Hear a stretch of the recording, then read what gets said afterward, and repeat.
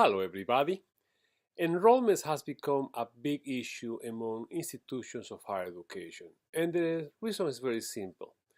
Private ones, for example, they really are based their finances on the number of students they can enroll, despite their large endowment that they have.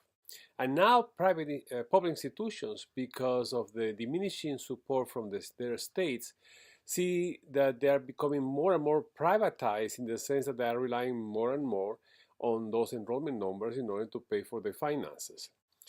Of course, in the case of the private institutions, we see them that they claim that they can be more expensive because they have a higher quality education that they provide to the students, because basically they have a ratio between students and faculty of 11 or 12 students per faculty, while in the public ones that hasn't happened yet. Therefore, that's why they're talking about privatization of the public institutions.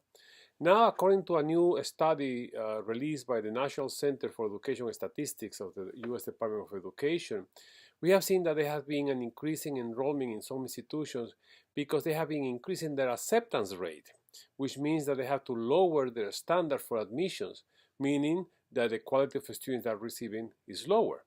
This in turn is creating some problems with the faculty because faculty feel that they have to spend more time acting as remedial faculty in terms of providing students with the education that they lack coming from high schools than to doing the actual job as college professors.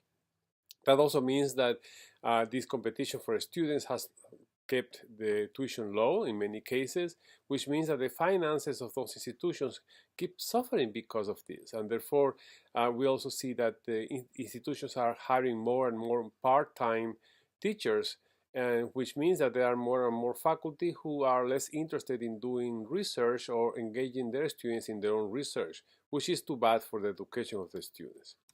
On top of that, we see facing more and more challenges because the number of graduates from high school is diminishing or sometimes just leveling off in many of the states of the nation. And that's why some of these institutions are going to the on-state tuition, that is lower tuition for students who are outside their states, which creates a number of problems because that's unsustainable in the long run. Therefore, I think that what is needed is more attractive programs in order to increase those enrollments, be more proactive when it comes to enrollment of international students, which means better vision from the part of the leaders of these institutions in order to keep the enrollment numbers in a very healthy situation.